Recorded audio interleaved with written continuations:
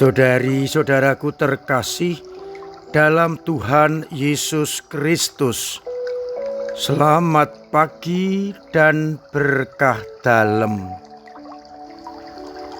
Kita bertemu kembali dalam renungan harian Kamis 19 Juni 2025.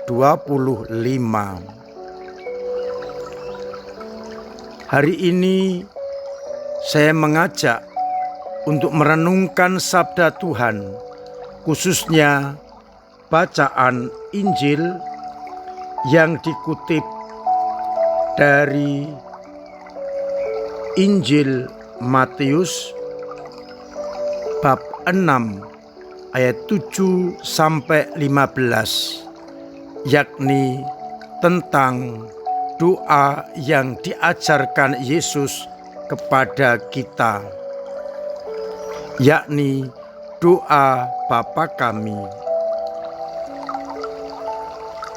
Yesus mengatakan kepada kita, bila berdoa, janganlah bertele-tele seperti orang yang tidak mengenal Allah.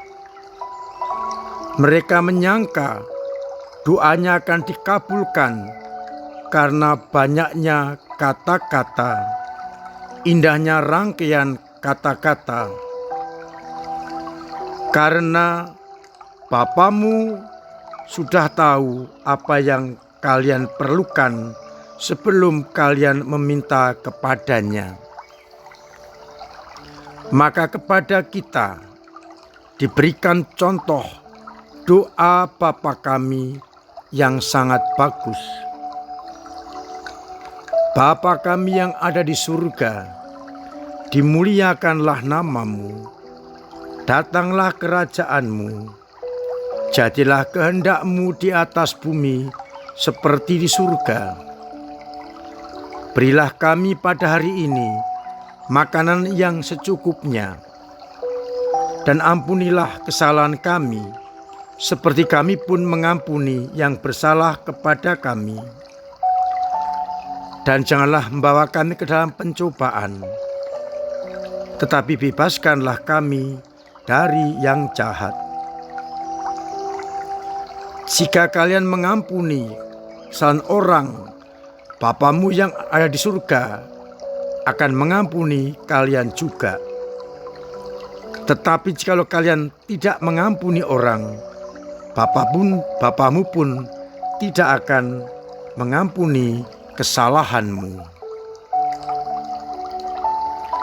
Saudari-saudaraku terkasih dalam Kristus,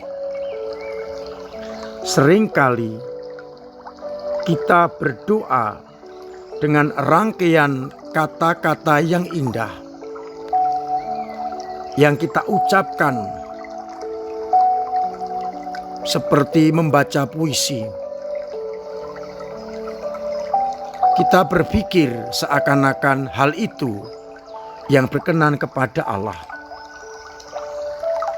Dan kalau kita berdoa, seringkali merupakan permohonan-permohonan, maka kita akan bersama-sama merenungkan sabda Tuhan soal doa yang diajarkan Yesus kepada kita.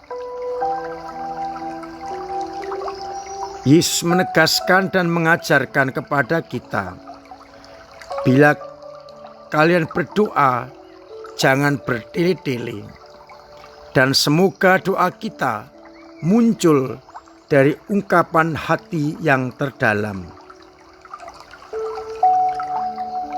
Doa kita pertama-tama hendaknya memuji, memuliakan nama Tuhan yang kita akui dan kita sembah. Bapa kami yang ada di surga. Kita menyebut Bapa sebagai Bapa kami, bukan Bapakku. Bapa di surga adalah Bapa kami, berarti Bapa kita bersama. Setiap orang yang mengakui diri sebagai anak-anak Bapa adalah saudara. Kita setiap kali mengatakan Bapa kami harus sadar bahwa kita bersaudara dengan setiap orang yang menyebut Allah sebagai Bapa. Lalu pertanyaannya, apakah itu sudah saya hayati bahwa saya bersaudara dengan setiap orang yang menyebut Allah sebagai Bapa? Apakah sudah terwujud dalam tindakan yang konkret? Dimuliakanlah namamu, atau dikuduskanlah namamu. Siapa yang menguduskan? Ya, seharusnya tindakan-tindakan kita sebagai anak-anak Allah menjadikan nama Allah dimuliakan, nama Allah semakin kudus. Apakah tindakan-tindakanku semakin memuliakan Allah ataukah sebaliknya? Datanglah kerajaanmu. Kita mohon agar kerajaan Allah datang. Allah yang meraja kita rasakan. Tetapi pertanyaannya, apakah hidupku, karya-karyaku sudah ikut menghadirkan kerajaan Allah? Di dalam bahasa Jawa Romo Kawulo lebih bagus kraton dalem kawiyarno. Semoga kerajaan Allah diperluas dengan tindakan-tindakan kita. Jadilah kehendakmu di atas bumi seperti dalam surga. Apakah kita juga sudah mewujud nyatakan suasana surga di tengah dunia ini, di mana hanya ada kasih, ada sukacita? Apakah sudah aku wujudkan di tengah-tengah dunia ini? Semoga kita semakin mampu menjadikan situasi dunia seperti di surga karena tindakan kita, pewartaan kita yang mewujud nyatakan kehendak Allah, yakni cinta kasih. Dan barulah sekarang kita memohon, berilah kami pada hari ini makanan yang secukupnya. Artinya kita tidak serakah. Kita meminta agar diberi makanan yang secukupnya. Kalau berkelimpahan, kita berbagi dengan sesama. Seperti cara hidup jemaat perdana. Dan untuk itu, saya beri acungan jempol bagi umat kudus yang benar-benar mempunyai hati untuk sesamanya, sebagai bentuk bahwa cukuplah saya rezeki untuk hari ini. Kemudian mengajak kita bagaimana sikap kita kepada sesama, dan ampunilah kesalahan kami seperti kami pun mengampuni yang bersalah kepada kami. Kita berharap diampuni, maka kita pun juga harus mengampuni kesalahan orang-orang yang bersalah kepada kita. Maka sikap pengampunan, sikap rendah hati dituntut bagi orang pengikut Kristus. Dan janganlah bawa kami ke dalam pencobaan, tapi bebaskanlah kami dari yang jahat. Kita mohon kepada Allah agar pencobaan-pencobaan dijauhkan dari kita, agar kita tidak terjerumus ke dalam pencobaan itu.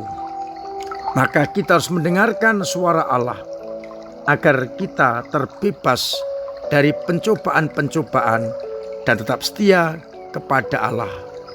Dan akhirnya kita mohon dibebaskan dari yang jahat. Tetapi kita perlu juga menguasai diri,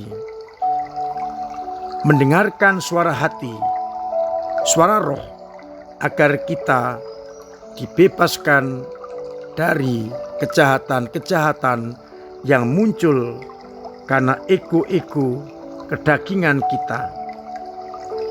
Semoga kita mampu benar-benar berdoa seperti yang diajarkan Yesus, memuji dan memuliakan Allah, baru kita memohon.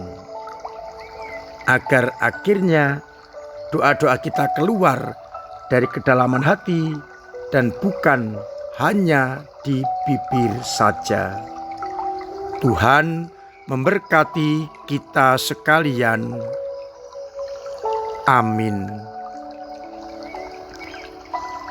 Marilah berdoa.